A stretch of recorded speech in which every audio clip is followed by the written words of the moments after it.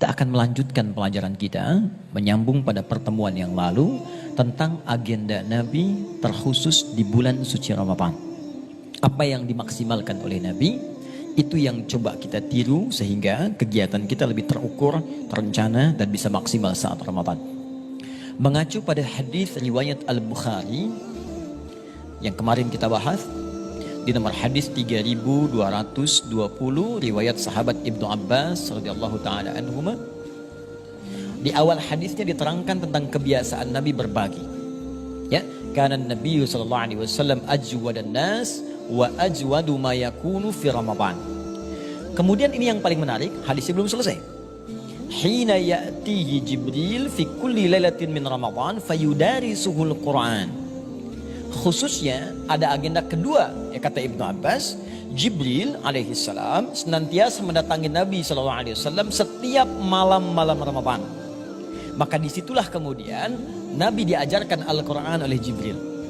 Baik ya, ada yang mengatakan mengecek, mempelajari isinya, kandungannya. Dari mulai membacanya, awal sampai dengan akhirnya, sampai dengan kandungan-kandungannya. Dan dalam riwayat lain disebutkan setiap Ramadan itu Nabi setidaknya menghatamkan satu kali Al-Quran, sampai di penghujung hidupnya di tahun itu hatam 2 kali Al-Quran. Nah, dari hadis ini, bagian terakhir di hadis ini, maka ada pakar hadis dan ulama fikih menyimpulkan di antara kegiatan Nabi saat Ramadan yang bisa kita rencanakan dan terukur adalah kegiatan berinteraksi dengan Al-Quran. Ya. Ini kegiatan yang hebat, agenda yang mulia dan pahalanya melimpah. Bahkan ada ulama mengatakan tidak lengkap Ramadan seseorang jika tidak diisi dengan interaksi Al-Quran. Karena saat puasa itu diwajibkan, diikutkan oleh Allah kalimat turunnya Al-Quran. Buka Quran surah kedua Al-Baqarah ayat 185. Ya. Syahrul Ramadan alladzi unzila fihil Quran. Di bulan Ramadan yang kalian puasa itu, maka itulah waktu saat Al-Quran diturunkan. Nah sekarang teman-teman, ini hari keempat, coba dicek 3 hari ini sudah baca berapa ayat? Sudah khatam berapa kali? Sudah berapa halaman kita bacakan? Jangan sampai nabinya baca, umatnya tidak. Padahal umatnya yang pengen banget ke surga. Jelas ya? Nah, cara berinteraksi dengan Al-Quran ini bisa dibagi pada 3 bagian. 1, ada yang disebut dengan qiraat. Apa namanya? Qiraat, sekedar memperbanyak bacaan walaupun tidak fokus mendalami artinya. Ya, baca, perbanyak hatam. Pahalanya setiap huruf kalau di luar Ramadan itu 10 setiap hurufnya. Mengacu pada hadis At-Tirmidzi nomor hadis 2910. Tapi kalau Anda kerjakan saat Ramadan seperti saat ini, dikali 10 kali lipat lagi, Masya Allah, setiap hurufnya. Anda bacakan 1 huruf, langsung dapat 100. Karena itu Al-Imam Asy-Syafi'i. Imam Asy-Syafi'i, Mas Bedu, tahu Imam Asy-Syafi'i? Masya Allah, kenal di mana? Masya Allah ya. Al-Imam Asy-Syafi'i cucu Nabi, ahli fiqih, itu generasi keturunan Nabi maksud saya. Ahli fiqih itu setiap hari di luar Ramadan khatam Al-Quran. Tapi khusus untuk Ramadan, sehari 2 kali khatam. Ya, selesai Ramadan, 60 kali khatam. Ya, kalau Anda masih berpikir belum butuh pahala, bayangkan banyaknya dosa. Jadi kalau hari ini Anda merasakan, ya Allah, dosa saya sudah 99. Bagaimana menutupnya? Cara paling cepat Quran. Nun, 1 huruf, 100. Habis. Dan menariknya, hampir nggak ada orang baca Quran cuma 1 huruf. Silakan dia. Qaf. Dah dulu, lumayan 100. Nggak ada. Bismillahirrahmanirrahim, 19 huruf. Berapa pahala dapatkan? Dengan ayat lain. Jika Anda bisa menghatamkan Al-Quran, maka berapa banyak pahala bisa didapatkan oleh kita. Sekarang Ustadz, bagaimana cara menghatamkan Al-Quran? Apalagi interaksi yang lainnya? Dari 2 poin belakangnya, kita coba nanti jawab setelah kita diskusi sejenak, supaya sedikit dulu kita bahas, tapi banyak yang dipahami. Kemudian nanti kita coba lanjutkan apa yang belum kita uraikan. Bisa dipahami insya Allah? Baik, ada yang mau bertanya barangkali? Assalamualaikum warahmatullahi wabarakatuh. Waalaikumsalam warahmatullahi wabarakatuh. Iya, Ustadz saya mau tanya, kalau seandainya saya, kalau seandainya saya membaca Al-Quran, mau menghatamkan Al-Quran di bulan puasa, tapi secara bersama-sama itu hukumnya seperti apa ya Ustadz ya? Boleh. Cuma bagaimana teknisnya? Jangan sampai kumpul 30 orang, masing-masing baca 1 juz, Udah selesai kita hatam Quran? Belum. Kita hatam satu juz. Nah, kalau ingin dihatamkan bersama-sama misalnya, bagus. Bagaimana caranya? Kumpul dengan teman-teman. Mulai bikin agenda. Insya Allah kita akan keluarkan 30 juz dari Al-Quran, kita turunkan bagi 30 hari. Maka setiap hari 1 juz, 30 hari khatam 30 juz. Maka kumpulah dengan teman-teman akhwat yang lainnya. Mulai bacakan yuk, hari ini kita baca 1 juz. Ada yang nyimak guru misalnya untuk membetulkan bacaan, lebih bagus. Ya, maka setiap baca. Kalau tidak ada kumpul dengan teman-teman, maka bikin metode untuk memudahkan. Misal, saya ingin khatamkan setiap hari 1 juz. Kalau langsung baca kan terasa banyak ya. Dan waktunya terasa luas. Maka Anda bisa bagi pada 5 waktu salat. Subuh, zuhur, asar, maghrib, isya. 1 juz itu kan kalau juz pertama saja, Al-Fatihahnya kita keluarkan dulu karena sudah hafal insya Allah di dalam kepala kita. Al-Baqarah 141 ayat. Bagi 5. Kurang lebih ada 28. Subuh 28 ayat. Kalau ingin ringan lagi bagi 2. Sebelum subuh 14 ayat. Setelah subuh 14 ayat. Sebelum zuhur 14 ayat, setelah zuhur 14 ayat. 14 ayat itu berapa lama sih? 5 menit, 7 menit. Apa kita tidak punya investasi 5 menit untuk akhirat kita? Sedangkan dunia 5 jam kita penuhi untuk urusan dunia yang saat didapatkan hasilnya mungkin wafat seketika. Ya, jadi jawabannya boleh dikerjakan dengan catatan hukum yang dikerjakannya. Kalau ingin khatam maka baca dari awal sampai akhirnya. Jika hanya dibacakan 1 juz, maka pahalanya pun yang diberikan sekedar 1 juz saja pada saat itu.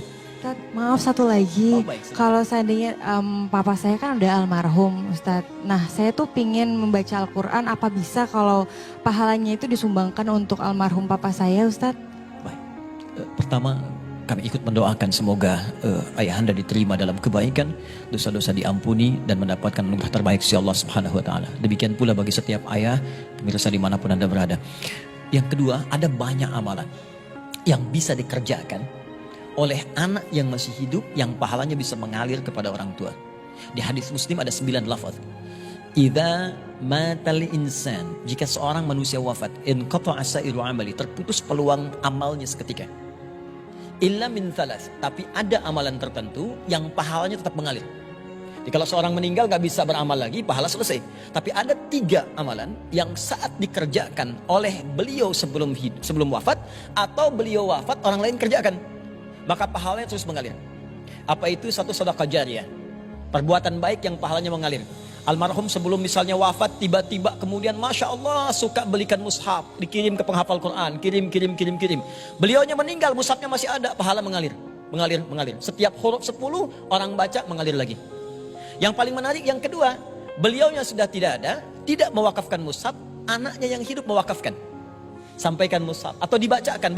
Kata Imam Ahmad bin Hanbal, bacaan itu sampai, pahalanya sampai. Kata Imam Asy-Syafi'i, bacaannya tidak sampai, tapi pahala dari anak itu kalau disebut anak yang soleh mengalir juga untuk orang tuanya.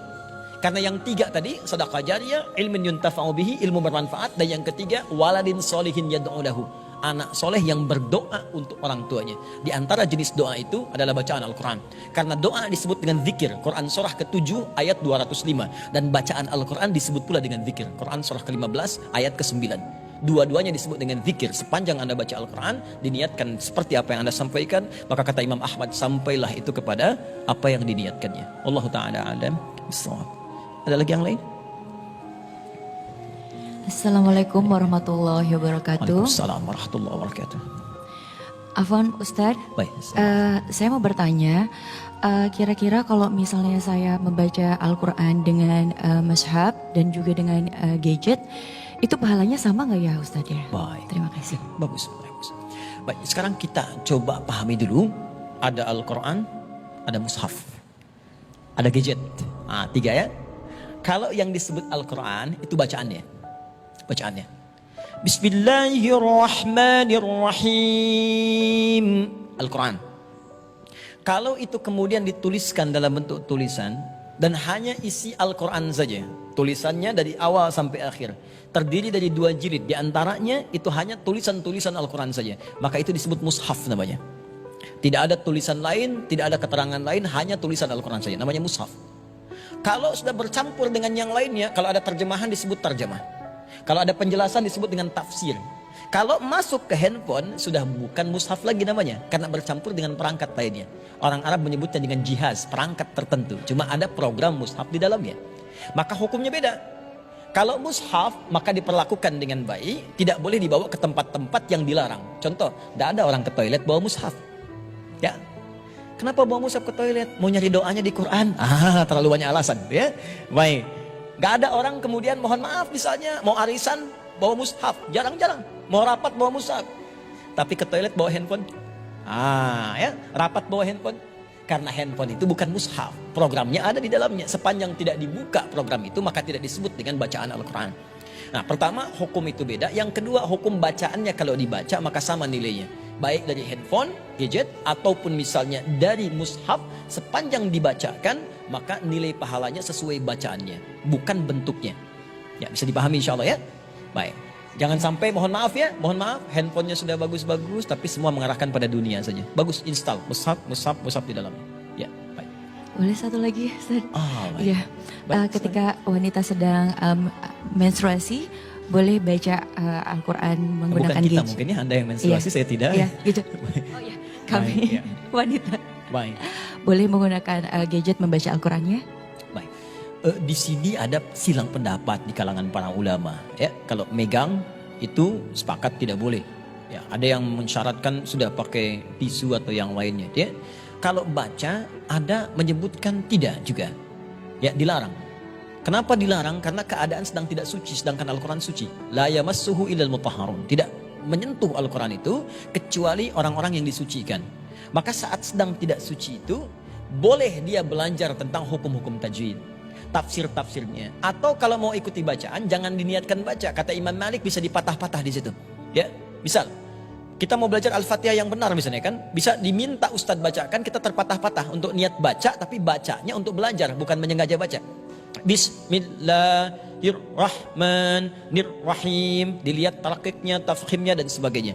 Ya, ini barangkali gambaran-gambaran demikian. Tapi saya berikan berita gembira sebagai penutup bagi para kalangan kaum hawa. Ada hadis sahih di Al-Bukhari, riwayat sahabat Abu Hurairah. Idza maridal abdu aw safar kutiba lahu mithla ma kana alaihi muqiman sahihan.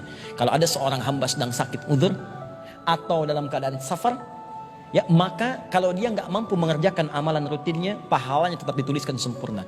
Anda biasa misalnya baca Quran kemudian sakit gak bisa baca, maka pahala tetap diberikan sempurna. Kata para ahli fikih yang lainnya, ini hadis berlaku juga bagi perempuan yang sedang sucinya. Saat sucinya baca Quran, sholat sunnah, baca Quran, sholat sunnah. Begitu sedang tiba masa haidnya, maka dituliskan semua pahalanya tanpa dikurangi sedikit pun. Maka saya berikan pesan kepada para perempuan, mirsa dimanapun Anda berada, manfaatkan masa suci itu untuk beramal soleh yang banyak. Karena kalau masa menopause itu tiba, maka keadaan akan kembali seperti laki-laki, dan masa-masa istimewa itu tidak dapat diraih kembali. Saya kira itu ya. Maka pemirsa dimanapun Anda berada, mari kita hidupkan Ramadan dengan Al-Quran. Seakan hampa orang mendapati Ramadan tapi tidak dekat dengan Al-Quran. Jika Ramadan tahun ini belum mampu Anda mendekat dengan Al-Quran, Anda harus menunggu tahun depan. Itu pun jika Allah memperkenankan Anda hidup. Pemirsa, semoga doa kita dijabah oleh Allah Subhanahu wa taala.